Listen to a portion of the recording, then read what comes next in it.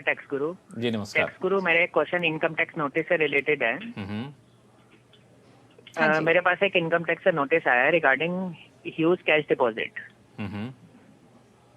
मेरा एक money transfer का बिजनेस था मेरा, डोमेस्टिक मनी ट्रांसफर। मैं उसका ऑथराइज एजेंट था एंड उस केस में मेरे करंट अकाउंट में more than 1.5 crore rupees deposit हुए थे। तो उसका मेरे पास नोटिस आया था, explain the source of generation of the cash.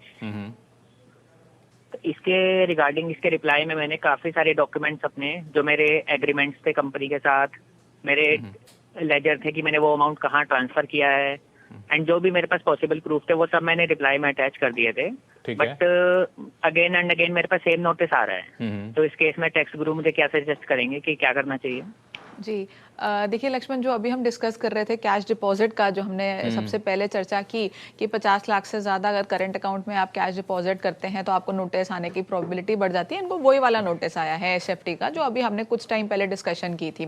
तो इस केस में आपके पास नोटिस आया है, बार बार आ रहा है, तो डेफिनेटली उसमें बहुत सारे फैक्ट्स होंगे, वो तो एक बार आपको समझने पड़ेंगे कि कैसे है, क्या है। लेकिन अगर आपको ऐसा लगता है कि आपने कोई गलती नहीं की है, आप उस कैश डिपॉजिट का सोर्स अच्छे से एक्सप्लेन कर सकते हैं, जेन्युइन है, जितनी आपकी इनकम बनती थी आपने उसके ऊपर टैक्स दिया है, आपकी कोई गलती नहीं है, कोई टैक्स एवेजन आपने नहीं की है, तो उस केस में आप जो है अपील में जा सकते हैं।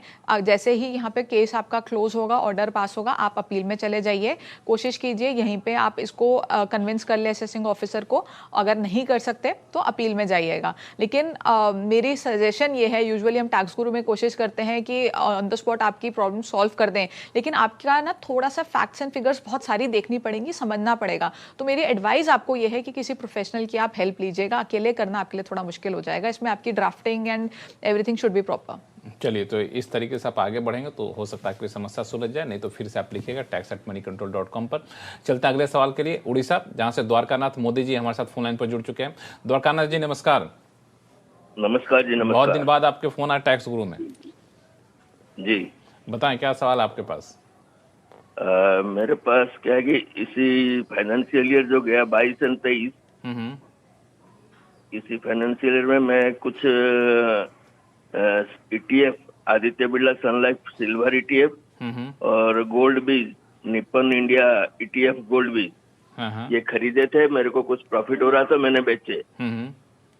तो इसका जो प्रॉफिट है, जनरली इक्विटी बेचने से, खरीदने से, जैसे लॉन्ग टर्म, शॉर्ट टर्म वगैरह, उसी को अडॉप्ट करते हुए प्रॉफिट शो करते हैं। तो इसका प्रॉफिट उसी हिसाब से शो किया जाएगा या कुछ अलग बिजनेस प्रॉफिट में देखा जाएगा? क्या कर सकते हैं? नहीं, देखिए आपका गोल्ड ETF और सिल्वर ETF जो है वो आपका इक्विटी से नहीं की तरह टैक्सेबल नहीं होता। ये आपका अब कैपिटल गेन आप इसको डेट में मानेंगे।